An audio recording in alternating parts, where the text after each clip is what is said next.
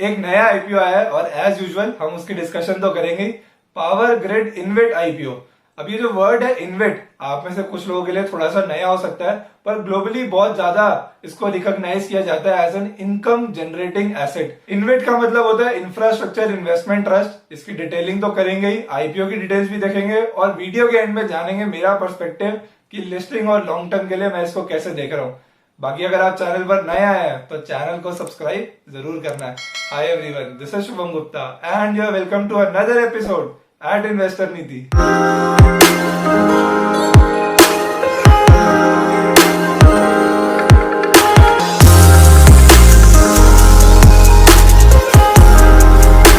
तो सबसे पहले तो हमें समझना पड़ेगा कि इन्वेट होता क्या है। अभी पीछे कुछ आईपीओ आए थे जो रीट थे, REIT रीट, यानी कि रियल एस्टेट इन्वेस्टमेंट ट्रस्ट। इसमें होता क्या था कि कुछ इन्वेस्टर्स अपना पैसा पूल करते थे, फिर रियल एस्टेट में इन्वेस्ट करते थे, वहां से रेंटल इनकम जनरेट होती थी और फिर उस इनकम को इन्वेस्टर्स में डिस्ट्रीब्यूट किया जाता था।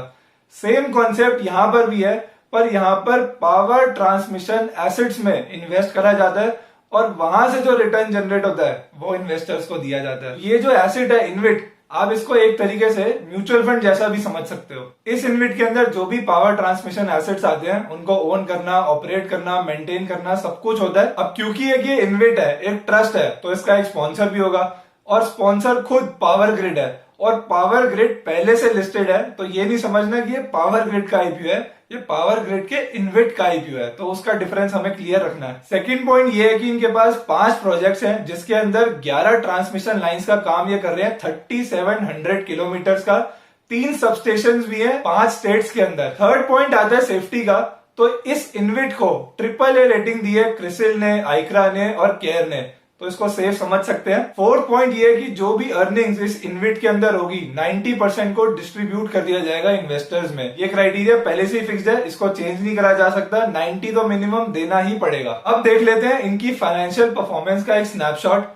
और इसमें ज्यादा देखने के लिए कुछ है नहीं, क्योंकि देखिए पैसा तो इन्वेस्टर से लेना है तो वहां कोई इशू नहीं है। और जिनको ये दे रहे हैं उसके लिए 49% की लेवरेज रेशो सेबी ने फिक्स करी हुई है और ये इसको थोड़ा सा बढ़ा भी सकते हैं उनसे परमिशन लेके, पर वो भी बियॉन्ड एक लिमिट के। आप लेंडिंग नहीं कर सकते हो तो वहां पर भी रिस्ट्रिक्शन है। एज सच इनके नंबर्स देखने की जरूरत नहीं है, हम बस एक स्नैपशॉट ले लेंगे कि रेवेन्यू और इनकम वाइज क्या नजर आ रहा है। तो FY18 के अंदर रेवेन्यू था 345 करोड़, FY19 में हो गया 984 करोड़ और FY20 में हो गया 1334 करोड़। 9 मंथ्स FY21 के अंदर रेवेन्यू था 1009 करोड़। तो रेवेन्यू तो स्टेडीली ग्रो ही करा है, अच्छा दिख रहा है। इनकम की अगर हम बात करें, FY18 के अंदर 114 करोड़ से इनकम, FY19 के अंदर इनकम हो गई 248 करोड़ और FY20 के अंदर इनकम हो गई 378 करोड़। 9 मंथ्स FY21 की इनकम है 337 करोड़। तो जैसे रेवेन्यू अच्छा दिख रहा था, इनकम भी बहुत अच्छी नजर आ रही है। मार्जिन की हम और बात कर लेते हैं कि मार्जिन इनका कैसा रहता है। FY18 के अंदर मार्जिन था 33%, FY19 के अंदर मार्जिन हो गया 25.2% और FY20 के अंदर मार्जिन था 28.4%। 9 मंथ्स FY21 के अंदर मार्जिन था 33% से भी ज्यादा। तो margin wise, revenue wise, income wise financial snapshot अच्छा नजर आ रहा है। क्विकली अब बात कर लेते हैं आईपीओ की डिटेल्स की। आईपीओ ओपन हो रहा है 29 अप्रैल को, क्लोज हो जाएगा 3 मई को। अलॉटमेंट हो जानी चाहिए 10 मई तक और लिस्टिंग हो जाएगी इसकी 17 मई को। प्राइस बैंड है आईपीओ का 99 to 100। एक लॉट के अंदर 1100 शेयर है 1100, तो हमारी एक एप्लीकेशन 1,10,000 की पड़ेगी।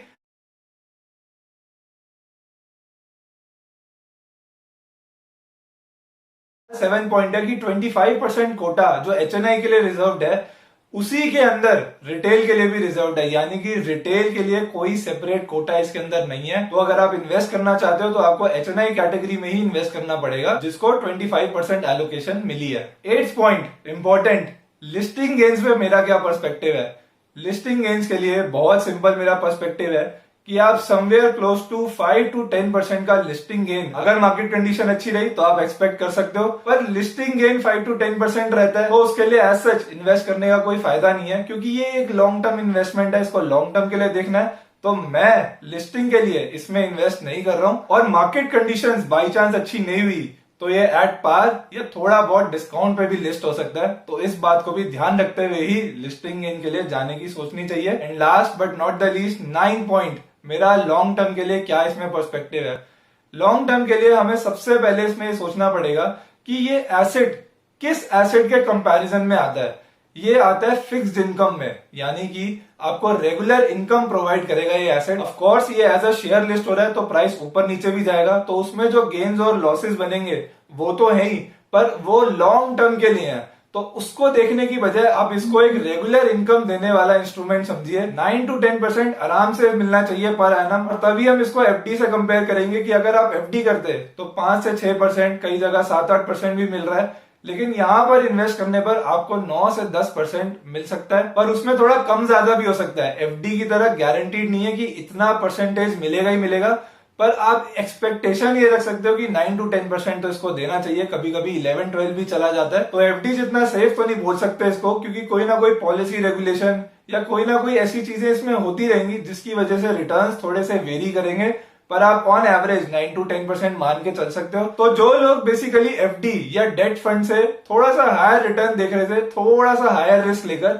उनके लिए परफेक्ट इन्वेस्टमेंट रहेगी। और अगर मैं अपनी बात करूं तो मेरा डेट पोर्शन ऑलरेडी इतना डाइवर्सिफाइड है कि इसके लिए मेरे पास तो जगह नहीं है मेरे पोर्टफोलियो में, तो फिलहाल के लिए तो मैं इसको कंसिडर नहीं करूंगा। पर फ्यूचर में अगर मुझे डेट पोर्शन में और एलोकेशन करनी होगी तो जरूर कहीं ना कहीं मैं इसको कंसिडर कर सकता हूं। तो ये था मेरा 9 point analysis power grid IPO के रिगार्डिंग, और इसमें एक ही बात समझने की है कि इसको लॉन्ग टर्म के लिए देखना है और साथ ही में रेगुलर इनकम के लिए देखना है, ना कि इसको आप एक ऐसी इन्वेस्टमेंट के फॉर्म में देखो कि आज ये 100 का खरीदा तो कल 200 का 300 का हो जाएगा। इस तरीके से इसको नहीं देखना, ये एक रेगुलर इनकम जनरेटिंग एसेट है। तो अगर आपको ये एनालिसिस अच्छा लगा हो तो वीडियो को लाइक और चैनल को सब्सक्राइब करना नहीं भूलिएगा।